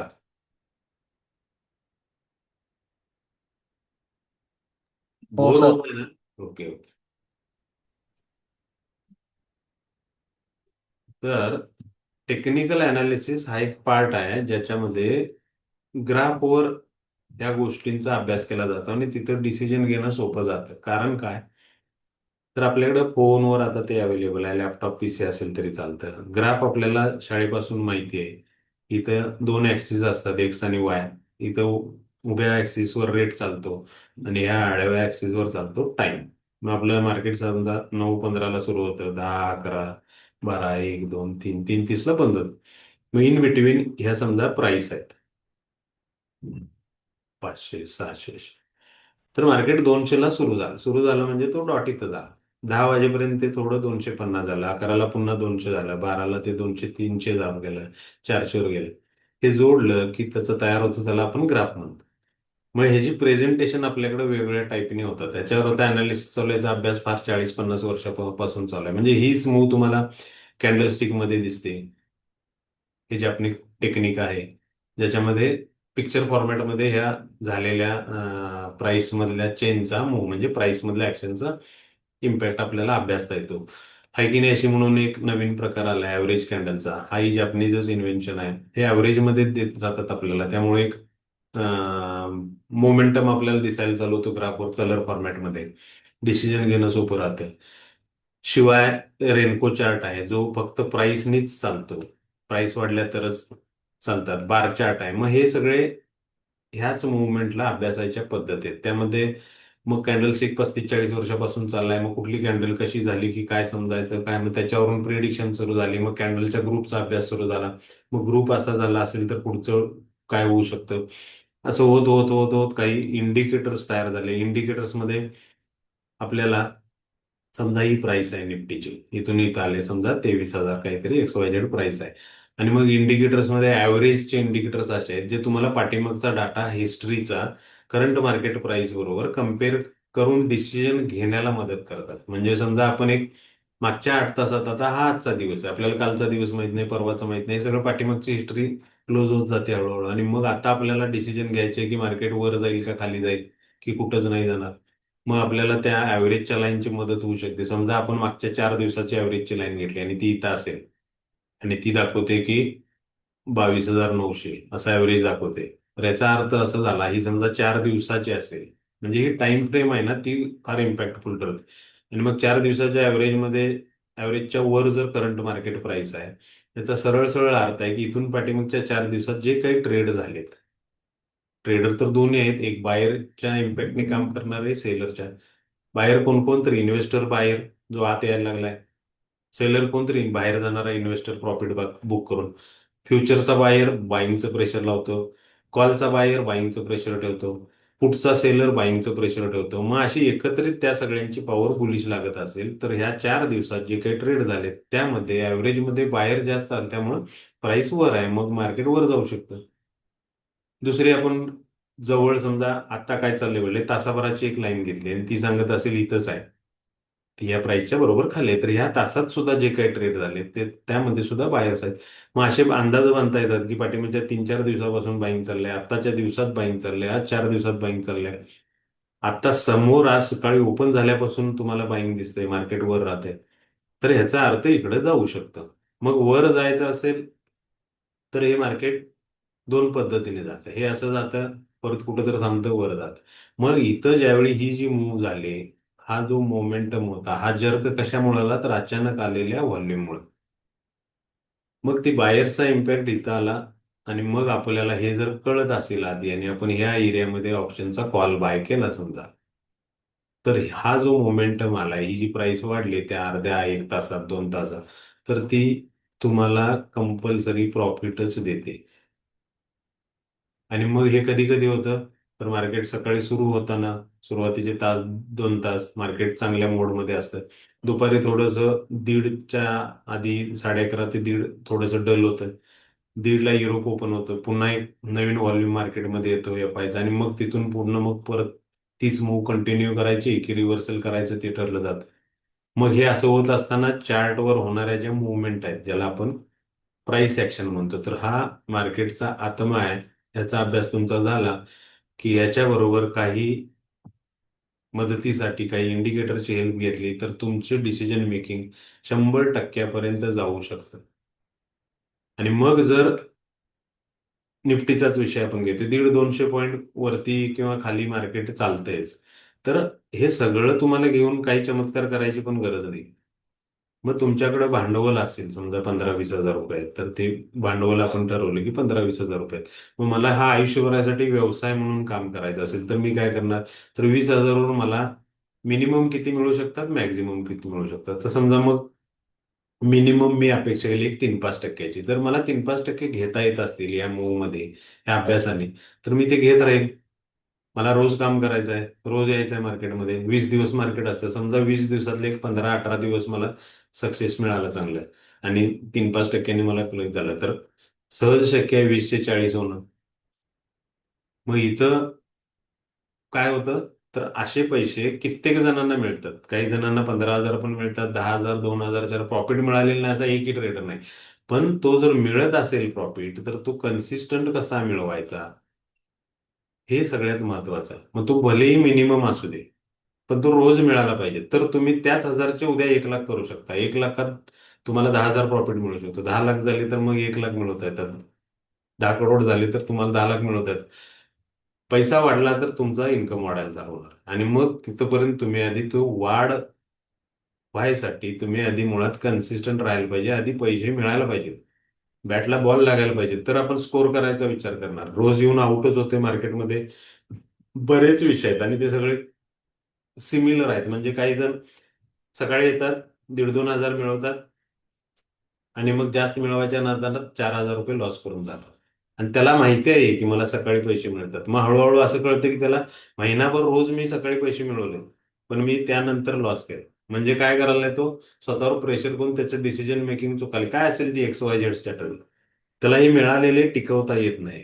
समजा काही जण येतात, काहीतरी डिसिजन चुकली, लॉस घेतला. लॉस घेतला की त्या मार्केटच्या पाठीमागे रिव्हेंज म्हणून लाग, हे हजार कव्हर करायसाठी 5 हजार रुपये अंगावर घेऊन बंद करणारी लोक आहेत. आणि मग काय होतं, अशा गोष्टींनी ती एक सवय लागून जाते, आणि हा मेंटल गेम होऊन जातो तुमच्यासाठी. आणि मग सवय लागली तर ती सवय मोडत नाही. मग तुमच्या अंतर्मनाला किंवा अनकॉन्शियस स्टेजला माहिती आहे की तुम्ही लॉस करायसाठी मार्केटमध्ये येत आहे. तर तुम्ही चांगल्या मार्केटमध्ये, चांगल्या मूव मध्ये इनच होत नाही. हे नंतर होतं, म्हणजे नवीन असताना होत नाही, ती सवय लावून घेतल्यानंतर होतं. मग लॉसची सवय लागली की पुढे तुमच्या पुढे लॉसच आहे. काही जणांचे असे विषय आहेत की 5-7-8 दिवस फार चांगला प्रॉफिट करतात, कंटिन्यू चालू असतं, आणि मग पुढे जाऊन इथं जो लॉस घ्यायचा ना, तिथं हे सगळं वाईप आउट करायचं. मग टिकवता येत नाही, ही कन्सिस्टन्सी टिकवत नाही. तर असं का होतं? तर इथं ऑप्शन्समध्ये लॉट साईज चेंज होतात. एक्सपायरी डेट गेले की त्याचे प्रीमियम कमी व्हायला चालू होतात. मग थोडी ग्रीड येते, आणि मग वाटते की बाबा आपण एक लॉटच्या ऐवजी एवढा आपण आता रोज घेतोय, तर आज चान्स मारूया. आणि नेमकं तिथं डिसिजन चुकली की ते होतं. तशीही सवय लागते, दर 4-5 दिवस प्रॉफिट कमवायचं आणि 1-2 दिवसात घालवायचं. महिन्यांनी वाईप आउट करणारी लोक आहेत. काही पर्टिक्युलर दिवशी, एक्सपायरी दिवशीच लॉस घेणारे असेही आहेत. मग हे कशामुळे झाले, हे रोग कशामुळे तयार झाले? तर डिसिजन मेकिंग मध्ये कन्सिस्टन्सी नाही. आणि मग ह्या सगळ्यातून बाहेर पडायचं असेल, म्हणजे प्रॉफिट व्हायला लागला तर आणखी पाहिजे म्हणून पण प्रॉब्लेम होतो, म्हणजे ग्रीड वाढली की. इथले हे रोग आहेत या मार्केटमध्ये काही. तसंच लॉस व्हायला लागला की हा रोग होतो भीतीचा. मग भीती वाटायला चालू होते की आता नेक्स्ट आणि परत मी तेच करतोय काय, मी आता एवढे घालवले आणि मी तेच घालवीन काय, ही भीती नेहमी राहते. आणि मग भीती एकदा हवी झाली ना, की मग त्याच्यातून बाहेर पडणं फार मुश्किल होतं. आणि प्रॉफिट व्हायला लागला, सगळं समजायला लागलं, की ही एक गडबड एक आपल्या अंगलट येते, म्हणजे फोमो ज्याला म्हणतात. गाडी सुटायच्या भीतीने पळत्या गाडीत उडी मारायची, म्हणजे कॅन्डल चेजिंग आलं, फिअर ऑफ मिसिंग ऑपॉर्च्युनिटी असं म्हणतात. मग हे 3 रोग आहेत ना, हे मेजर आहेत जे तुम्हाला लॉस करवतात. कारण सगळ्यांची फिरून फिरून सेमच येतात. मग ह्याच्यावर कंट्रोल आणायचा असेल तर तुम्हाला एका नियमावर काम करायला पाहिजे, ज्याला म्हणतो आपण स्ट्रॅटर्जी. मग ती नियमाची चौकट घोड्याची पट्टी बांधतात तशी आपल्या डोळ्याला बांधली, तर मी असा असेल, दिशा डिरेक्शन मला कळत असेल मार्केटची, ओके, त्या बाजूचं स्पीड कळत असेल, आणि माझ्याबरोबर बाकीची मेजॉरिटी असेल, म्हणजे आपल्याबरोबर फक्त आपण नाही आहे ट्रेडमध्ये, की मला वाटतंय असं होईल, मला वाटतंय, हे सगळे लॉसमध्ये आहेत मला वाटतंय म्हणणार आहे. ही बाकी आपल्याशिवाय इन्व्हेस्टर आहे, ट्रेडर आहे, मग त्यात सेलर आहे, बायर आहे, या सगळ्यांचा डाटा काय सांगतोय तुम्हाला, हे जर तुम्हाला सांगत असेल येस, मग त्या बाजूचं तुम्हाला जे अपेक्षित स्पीड आहे ते मिळत असेल, सगळ्यात महत्वाचं म्हणजे स्लो असेल पण डिरेक्शन व्यवस्थित पकडता येत असेल, तरच तुमचा सक्सेस रेशो वाढतो. आणि मग हे सगळं काम तुम्हाला काही इंडिकेटर किंवा ह्या प्राइस ऍक्शन. आता प्राइस ऍक्शन म्हणजे प्राइसनी वर जाणं आणि खाली येणं. तर हा एक फार चांगला अभ्यास आहे. कलेक्टिव्ह मेंटॅलिटीचा स्टडी म्हणतात त्याला. म्हणजे सगळ्यांचा, म्हणजे आपण जे बोललो इन्व्हेस्टर, ट्रेडर, सगळे ते सेलर, बायर, ह्या सगळ्यांच्या मेंटॅलिटीतून ह्यांचं जर सिंक्रोनायझेशन झालं आणि खरेदी सुरू झाली, बाईंग प्रेशर आलं, तर प्राइस वर जाते. आणि मग इथल्या बायरना, म्हणजे जे कोण असतील, इन्व्हेस्टर असेल, ट्रेडर असेल, बुकिंग करायची इच्छा झाली, म्हणजे पार्शल बुकिंग जरी सुरू झालं तरी प्राइस खाली येते, कारण ती ताकद कमी होती. किंवा इथं नवीन सेलर मेंटॅलिटीने इन झाली, म्हणजे नवीन इथं प्राइस इथून खाली जाईल म्हणून विक्री वाढायला लागली. असे ट्रेड यायला लागले तरी प्राइस खाली येते. मग ज्या त्यावेळी आपल्याला ही जी ग्रीन कॅन्डल आहे किंवा ही रेड कॅन्डल होईल, ज्यांना माहिती आहे कॅन्डल त्यांच्यासाठी, तर ही ग्रीन कॅन्डल बायरची आहे की इथून पाठीमाग मार्केट पडलं होतं, मग इथला एक सेलर होता किंवा असे कित्येक सेलर होते, त्यांची एक मोठी क्वांटिटी मार्केटमधून एक्झिट झाली, म्हणून सुद्धा मार्केट तात्पुरतं ग्रीन होऊ शकतं. जसं काल झालं, जसं आज झालं. तर हे येतातच वेव अशा, आणि पुन्हा मग पडतंय. मग हे वाढणं कुणामुळं आहे आणि हे पडणं कुणामुळं आहे, हे जोपर्यंत कळत नाही ना, तोपर्यंत तो अनालिसिस सुद्धा तुम्हाला रिझल्ट देत नाही. मग ही ग्रीन कॅन्डल ऍक्च्युअल बायरमुळे झाले की या सेलरचा एक्झिट आहे, किंवा एखादी रेड कॅन्डल ही बायरच्या एक्झिटमुळे झाले की सेलरची नवीन एंट्री आहे, हे जोपर्यंत तुम्हाला कळत नाही ना, तोपर्यंत तुम्ही पुढच्या डिसिजन घेऊ शकत नाही आणि मग प्रत्येक वेळी ट्रॅप होत राहताय. मग हे सगळं तुमच्यासाठी आपण एकदम सोपं केलेलं आहे, जो इजी ऑप्शन्स. आता नाव जरी ऑप्शनचं असलं तरी तुम्हाला सगळ्या सेगमेंटमध्ये काम करता येतं. म्हणजे फ्युचरमध्ये काम करता येतं, मल्टी कमोडिटीला काम करता येतं, इक्विटीमध्ये, स्टॉक्समध्ये काम करता येतं, सगळीकडे करता येतं, कारण ती लँग्वेज जी आहे ना, ती युनिव्हर्सल आहे प्राइस एक्सचेंजची. आणि मग ती जी लँग्वेज आहे ती फक्त आपण काही टूल्स, म्हणजे काही नियम करून ना पकडतोय. म्हणजे मार्केट फ्लॅट जरी असेल आणि ते आता जाणार असेल तर आपल्याला या एरियात त्याचे ट्रेड मिळतात. इथून पडणार आहे म्हणजे रिव्हर्सल एखादा होणार आहे, तर त्याचं इंडिकेशन तुम्हाला इथं कळतं की मार्केट आता टिकायच्या तयारीत नाही आहे आणि इथं विक्री वाढायला लागली, आणि मग पडणारा ट्रेड तुम्हाला इथं पकडता येतो. दुसरी गोष्ट म्हणजे कुठून कुठंपर्यंत जाणार आहे. मी बरेचसे लेवल तर मीच तुमच्या ग्रुपवर शेअर करतो, तुम्हाला झाल्यानंतर करतोय की त्याच्यावर काहीतरी वेगळी ऑब्जेक्शन व्हावी, होऊ नयेत म्हणून. तर हे सपोर्ट म्हणून दिलं जातं. इथलं मार्केट कुठंपर्यंत जाऊ शकतं हे जर कळत असेल तर मग तुम्हाला तो सगळा लॉंग टर्म किंवा ती जी रॅली म्हणतो आपण, तर ती तुम्हाला कॅच करता येते. त्या मार्केटमध्ये फक्त लिक्विडिटी गेम चालतो. म्हणजे गर्दी गोळा केली जाते आणि डिस्ट्रीब्यूट केली जाते, गर्दी गोळा केली जाते आणि त्याचे रिझल्ट येतात, गर्दी गोळा केली जाते आणि रिझल्ट येतात.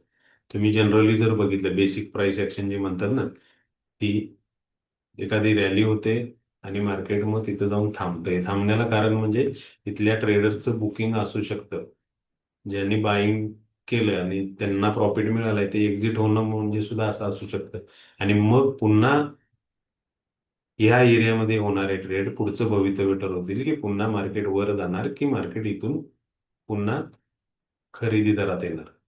आणि मग हेच परत परत होत राहतं. आणि मग त्याच्यात आता युद्धामुळे झालेले इम्पॅक्ट किंवा काही फंडामेंटल गोष्टी थोड्या ऍड ऑन होतात सेंटिमेंटल, आणि मग ते मार्केट तसं होतं. आता जे मार्केट 8 दिवस पडतंय ते असं पडतंय, थांबतंय, पडतंय, थांबतंय, पडतंय, मग याच्यात थोडीफार वाढ होते जाते, मग सेलर येतात जातात, नवीन ऍड ऑन होतात. एक्सपायरीला बरेचसे ट्रेडर, आता एक समजा या एक्सपायरीच तुम्हाला उदाहरण सांगतो, मार्केट वाढत होतं वाढत होतं वाढत होतं आणि एक टॉप केला आणि इथे एक्सपायरी आहे. आता हे सगळे बाहेर आहेत, ते या दिवशी त्यांना हे कॉन्ट्रॅक्ट आहेत आणि एक्सपायरीला एक्झिट व्हायचंय, तर एक्झिट व्हायचंच आहे, तर मग ते सोडून देतील ना पोझिशन. मग नवीन निफ्टी ज्यावेळेला सुरू झाली एक्सपायर झाल्यानंतर, तिथनंच त्याची गरगळ सुरू झाली, धडाधड कोसळलं त्या दिवशी मार्केट 200-300 पॉईंटनी. मग हे कसं ओळखायचं? तर ह्याच्यासाठी आपल्याकडं परफेक्ट वर्क होणारी कॉपीराईट स्ट्रॅटर्जी आहे. आणि ते फॉर्म्युलेच्या फॉर्म्युलेच्या पद्धतीने, म्हणजे त्याचे आम्ही फॉर्म्युले बनवलेत की कंटिन्युएशन कसं राहतं बाबा, ट्रेंड स्टार्ट कुठं होतो, कंटिन्युएशन कसं होतं, रिव्हर्सल कसे डिझाईन होतात, आणि मग ते रिव्हर्सल पकडायचे असेल तर कसे ओळखता येतात. त्यामध्ये मार्केटचं स्ट्रक्चर आपल्याला अभ्यासता येतं. म्हणजे प्राइस ऍक्शन मधला बाय की मार्केटमध्ये बायर आले, रिट्रेसमेंट आली, पुन्हा बाईंग झालं, तर आपल्याला त्या लोनी कळतं. जे हायर लो फॉर्मेशन व्हायला लागले त्या फॉर्मॅटमध्ये तुम्हाला कळतं की हा ट्रेंड बुलिश आहे.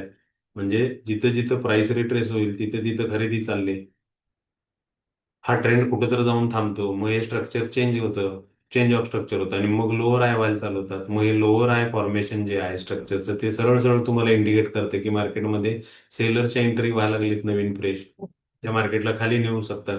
परत परत एखाद्या ठिकाणाहून मार्केट रिॲक्ट होतं तर ते डिमांड सप्लाय झोन तयार होतात, की हा रेजिस्टन्स आहे, सप्लाय झोन आहे. मग एखाद्या ठिकाणाहून परत परत प्राइस वर जायला लागली की तो डिमांड झोन होतो आणि मग त्या एरियात कसं रिॲक्ट व्हायचं, कसं काम करायचं. तर यातले बरेचसे नॉलेज ना तुमच्यासमोर ऑलरेडी आहे, याच्याबद्दलचे इन्फॉर्मेशन आहेत, सगळे युट्यूब आहेत, बरेचसे हे आहेत. ऍक्युरसी म्हणतात ना, ती महत्वाची आहे, की तुम्ही जो डिसिजन घ्याल तो 101% असायला पाहिजे आणि मग त्याची जी कपॅसिटी असेल त्याप्रमाणे तुम्हाला किमान 80, 90, 95% सक्सेस मिळत गेलं तर सगळ्यात चांगलं. 70, 80% हे पर्सेंटेज आहेत ना, हे फार चांगले प्रॉफिट देतात तुम्हाला. फार 100% आपण अॅक्युरेटच असायला पाहिजे अशी काही गरज नाही.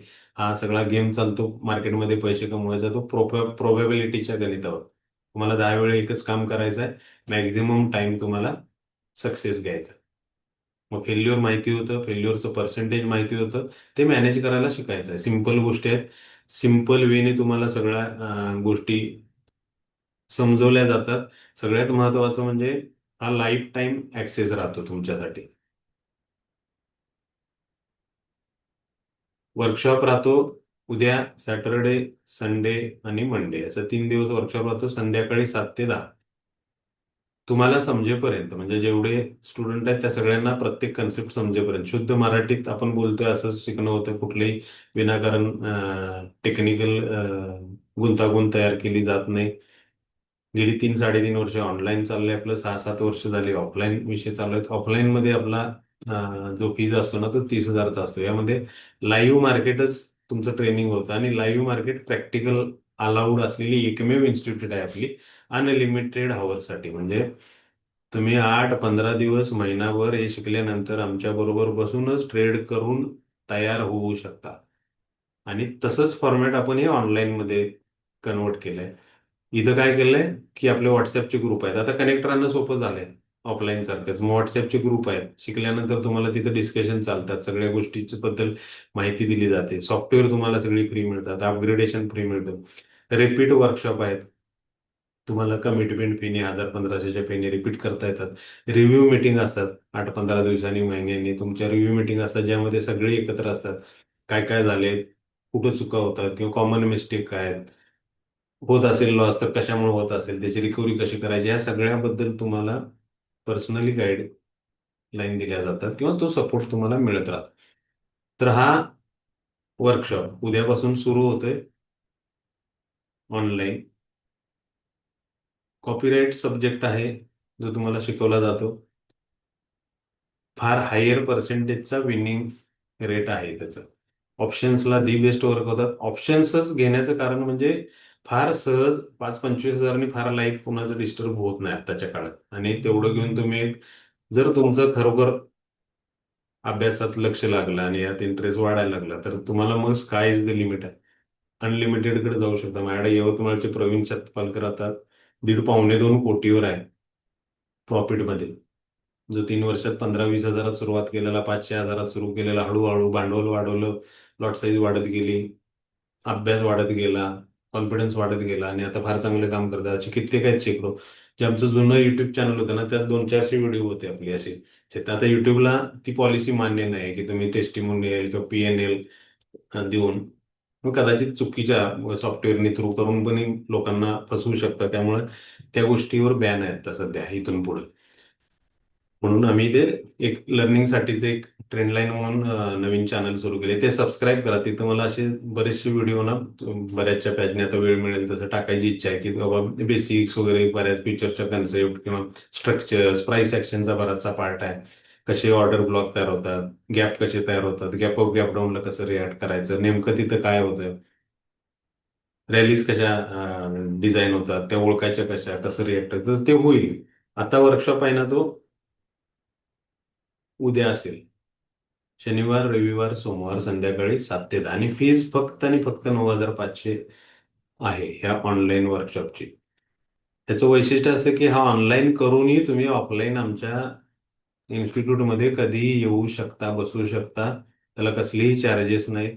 यासाठी लागणारं सगळं सॉफ्टवेअर अपग्रेडेशन आमच्याकडून होईल. फ्रीमध्ये तुम्हाला हे सगळे स्ट्रॅटेजिक ज्या काही गोष्टी लागतात त्या अनालिसिसच्या प्रोव्हाइड होतात. फोन ॲप मिळतं. लॅपटॉप पीसी असेल तर त्याच्यासाठी सुद्धा तुम्हाला जे अवेलेबल आहेत मार्केटमध्ये ते सगळे तुम्हाला सेटअप वारंवार समजून सांगून तुमची शंका निरसन होईपर्यंतचा सपोर्ट तुम्हाला मिळतो आमच्या स्टाफकडून आमच्याकडून. तर हा एनरोल करायचा असेल तर हा नंबर आहे 77 458 77 070. याच्यावर 9,500 तुम्ही जीपे फोनपे करू शकता किंवा हा स्कॅन कोड आहे. हे डिटेल मी तुम्हाला ग्रुपवर पाठवेन. त्याचा स्क्रीनशॉट फक्त शेअर करायचा आहे या नंबरवर. हा आमचा व्हॉट्सअप नंबर आहे. उद्या संध्याकाळी 5 वाजेपर्यंतची तुम्हाला वेळ आहे डिसिजन मेकिंगसाठी. निवांत विचार करून डिसिजन घ्या. तुमची फसवणूक होणार नाही याचा अश्युरन्स मी देतो. फक्त काय करायचं तुम्हाला जे शिकाल ते फक्त फॉलो करायचं आहे डोळे बंद करून एवढंच तुम्हाला ठरवायचं आहे. कसलाही इंटेलिजन्स या मार्केटला गरज नाही आणि बरेच पैसे आपल्याकडे असायला पाहिजेत असं काही नाही आहे. तुम्ही कुठल्याही पैशाच्या म्हणजे 5-15 हजार रुपयाच्या सेटअपवरून सुरू करू शकता. ते जिंकणं म्हणजे विनिंगच तुम्हाला कॉन्फिडन्स देईल. रोज तुम्हाला 500 रुपये मिळवायची सवय लागली ना तर त्याचे कधी 5,000 होतात कळत नाही, त्याचेच 50,000 होतात. तर ती सुरुवात करून तिथं पुढच्या सगळ्या त्या प्रवासात ज्या काही गोष्टी होतील जिथं कुठं तुम्हाला मदत लागते, काही इमोशनल विषय होतात आणि मग लॉसेस होतात, काही वेळेला डायव्हर्शन होतात, ह्याच्यापेक्षा हे बरं ते बरं ही स्ट्रॅटर्जी त्याच्यात घालतो, अशा बऱ्याच गोष्टी आहेत मार्केटमध्ये या विकल्या पण जातात आणि होतातही आपल्यावर.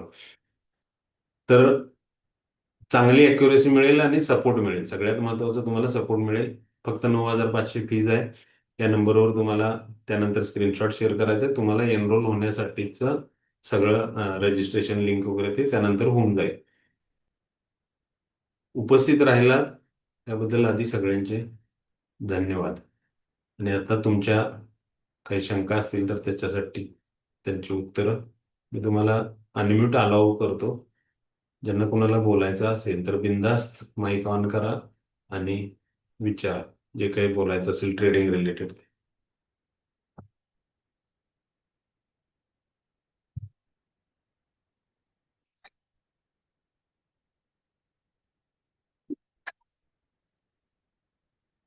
मी बरेचसे व्हिडिओ टेस्टिमोनियल सारखे तुमच्याबरोबर शेअर केलेत ग्रुपवर. कॉमन माणसं आहेत, पुन्हा मुंबई महाराष्ट्रातल्या सगळ्या भागातले फार चांगलं काम करतात जे स्ट्रॅटर्जीला धरून राहिले त्यांचे रिझल्ट मी म्हणून. आणि एक एक्स्ट्रा इन्कम सोर्स म्हणून किंवा तुम्हाला करिअर करायचं असेल ना तर हे दी बेस्ट सेगमेंट आहे. काय होतं, अफवा अशा चुकीच्या पसरवल्या जातात. एखाद्या म्हणजे मध्ये आमच्या एका याच्यावर चर्चा करताना एक विषय असा बोलला त्यांनी, मस्त आहे म्हणून बोलते मी, की एखाद्या वाड्यात गुप्तधन असेल तर त्याच्याबद्दल बऱ्याच भुताटकीच्या कथा तिथं सुरू होतात. का तर कोणी जाऊ नये म्हणून. मग त्या कोणीतरी शाण्यानं सुरू केल्या असतात किंवा एडपटपणानं सुरू झाल्या असतात. तशी गोष्ट ऑप्शन बद्दल झाली. तर ऑप्शन्स बद्दल अजिबात भीती बाळगायचं कारण नाही. फक्त त्याला काही नियमात आपल्याला ट्रीट करायला लागतं आणि ते काही अवघड नाहीये. साधारण लिहिता वाचता येणारा माणूस याच्यात काम करू शकतो. फोनवर सुद्धा तुम्हाला रिएक्ट होता येतं. लॅपटॉप पीसी असेल तर थोडा कम्फर्ट राहतो आपल्याला स्क्रीनचा, बाकी काही नाही. बोला.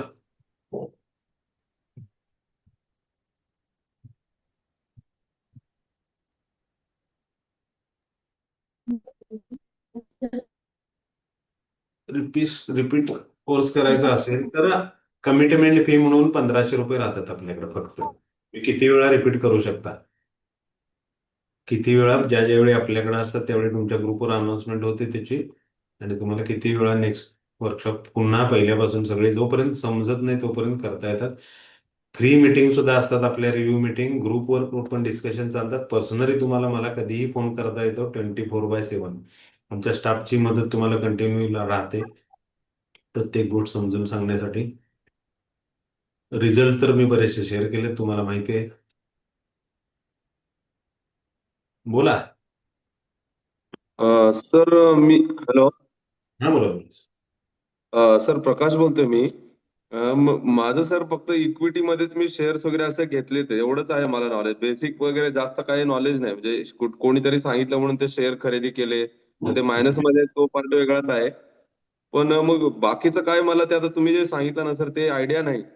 आणि राहू दे लॅपटॉपवर नाही. माझं नाही. मी काईट झिरोधा मधनच ते शेअर वगैरे घेतलेले आहेत. मग आता मी डायरेक्ट असं मोबाईलवरून करू काय ते लॅपटॉप थोडं रिपेअर करून त्यात सगळं काईट झिरोधा वगैरे इन्स्टॉल करून घेऊन मग तुमचा काही कोर्स करू? काही काही खटपट करू नका. लॅपटॉप आहे तर चांगली गोष्ट आहे. सगळं आमच्याकडून तुम्हाला करून मिळेल. बरं सर. ठीक आहे. मी हे तर जॉईन गोव्यातनं झालं. बोलतोय. मी गोव्यातनं बोलतोय आणि मग मला काय ते कोल्हापूरला यायला लागेल एक दिवस फक्त ते सगळं लॅपटॉपला हे करून आणि एक नाही दोन नाही दिवस. नाही, तुम्हाला तुम्हाला ऑनलाईन कंट्रोल घेऊन एलईडीज किंवा स्क्रीन शेअर येतात ना बरेच, अल्ट्रा व्ह्यूवर वगैरे. हा तर हा हा सर. त्याच्यातून तुम्हाला इथं बसून इथं इथं हेलपाटे मारायची काही गरज नाही. आणि यायचं असेल कधी ट्रेडच करायला तर येऊ शकता इथं कधी तुम्हाला, म्हणजे येऊन बसून तुम्हाला रिअल एक्सपिरियन्सच घ्यायचा असेल किंवा हॅलो सर, बोला ना. दोन दिवस येता येतं तुम्हाला. बोला बोला एक ना. दोन दिवस तसं येऊ शकतोय सर ना मी? कधी कधी 2-4 दिवस कधी फक्त फोन करून यायला लागते. इथं अवेलेबिलिटी कशी आहे तशी, काही प्रॉब्लेम नाही तर. बरं बरं. हा बोला.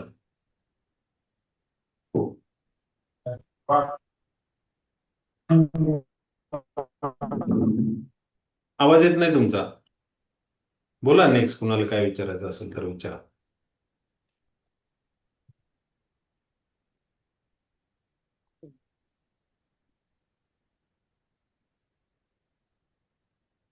Zero knowledge hello sir. असलेलं. हा, झिरो नॉलेज असलेलं चांगलं विवो तुम्ही विचारलंय. ऑफलाईन फी 30,000 आहे, ऑनलाईन 9,500. ऑफलाईन मध्ये फक्त एक्सेस काय होतं की तुम्हाला प्रॅक्टिकल किती अनलिमिटेड आवर्स आमच्याकडे करता येते. इथं आसपास असेल तर मला भाजलंच नाही. काय रे? सर एक प्रश्न होता, विचारू का? हा बोला. माझं नाव राज मोरे आहे. मला हे विचारायचं होतं, जे ऑफलाईन आपली बॅच आहे ती किती दिवसासाठी असते सर? त्याला वेळ नाही आहे.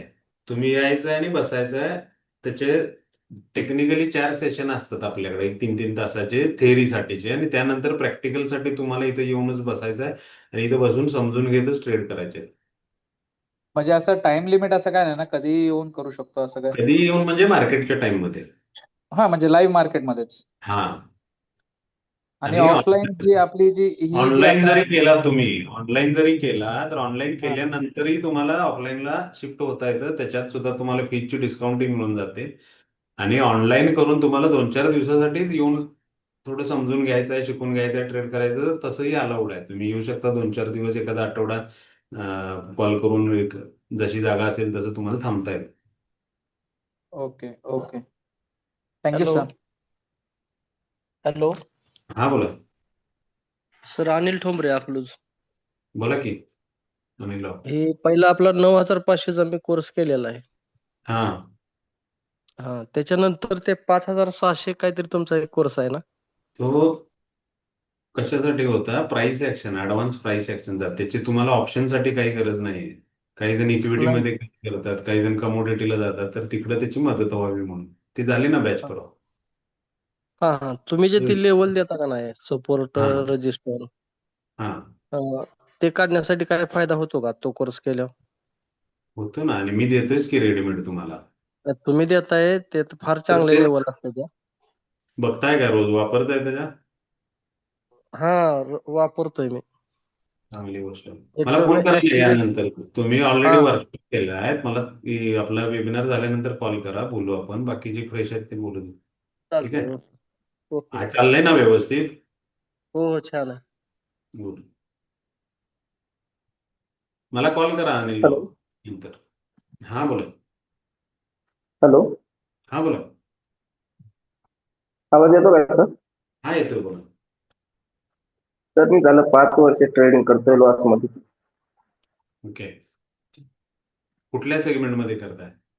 Future, option option? मध्ये, ऑप्शन. 5 वर्ष लॉसेस होत आहे तरी तुम्ही का परत परत करताय ट्रेड? नाही म्हणलं आता प्रॉफिट होईल मग होईल. 20 लाखाच्या प्लस लॉस गेलाय. राहायला कुठं तुम्ही? पुणे आळंदी. मला फोन करा सकाळी किंवा थोड्या वेळानंतर वेबिनार झालं. ठीक आहे, पुण्या नंबर वगैरे सर. 9860977077 स्क्रीनवर आहे ना त्या ठीक आहे. नंबरवर call करा. करायचं आहे ओके. करते हा, बोला अश्विनी अश्विनी हा. इंगळे हँड रेज आहे, बोलायचं आहे का तुम्हाला? हो सर. हा बोला. हा सर, माझा प्रश्न असा होता की मी फक्त निफ्टीमध्ये ऑप्शन करते आणि मला असं विचारायचं होतं की क्लासचं ड्युरेशन तुमचं काय असेल किती मॅक्झिमम किती दिवस होईल ऑनलाईन? संध्याकाळी 7 ते 10 असे लेक्चर असतात उद्या, परवा आणि सोमवारी. शनिवार, रविवार, सोमवार. ठीक आहे. शनिवार, रविवार, सोमवार. उद्या, आणि परवा आणि सोमवारी. हा बोला. आणि म्हणजे मॅक्झिमम किती दिवस लागतील? दिवस कोर्स कम्प्लीट तुम्हाला होण्याला? तुम्हाला शिकायला म्हणताय ना, तर 3 हो, दिवसात शिकायला.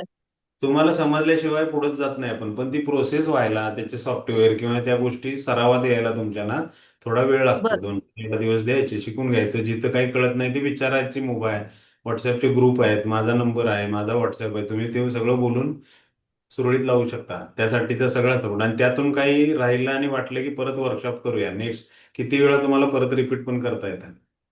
बर सर, फक्त ऑप्शनचं म्हणजे जमतं बऱ्यापैकी, पण फिअरच आहे. आणि ती जी सायकोलॉजी असते ना, म्हणजे मार्केट जाणार असतं पण मिनिमम प्रॉफिट मध्ये एक्झिट स्कॅल्पिंग होऊन जाते आणि मग नंतर कळतं की काय मार्केट, अरे बाबा, होतं?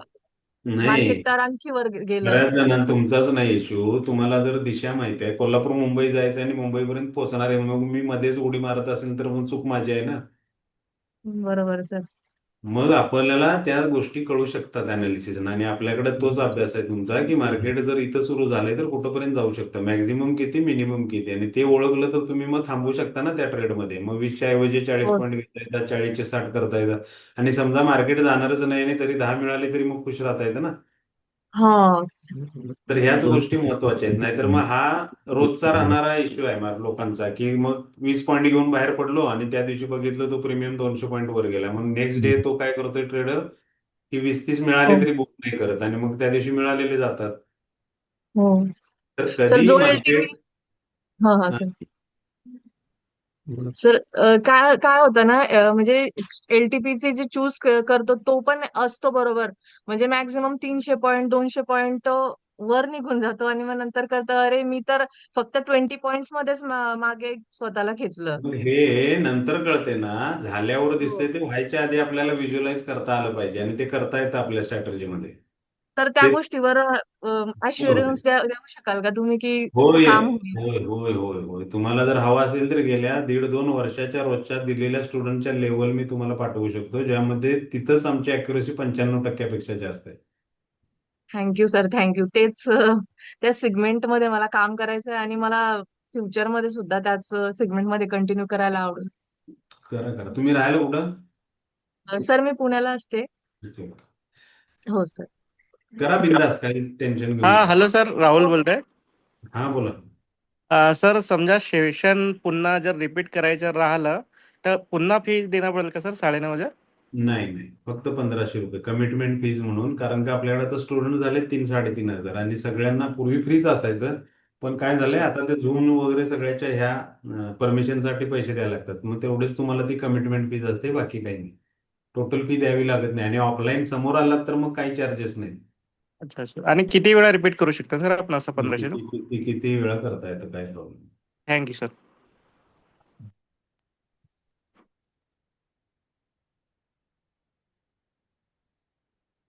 तर ज्यांना काही विचारायचं असेल तर माझा नंबर आहे खाली, 770777. त्याच्यावर कॉल करूनही बोलू शकता तुम्ही.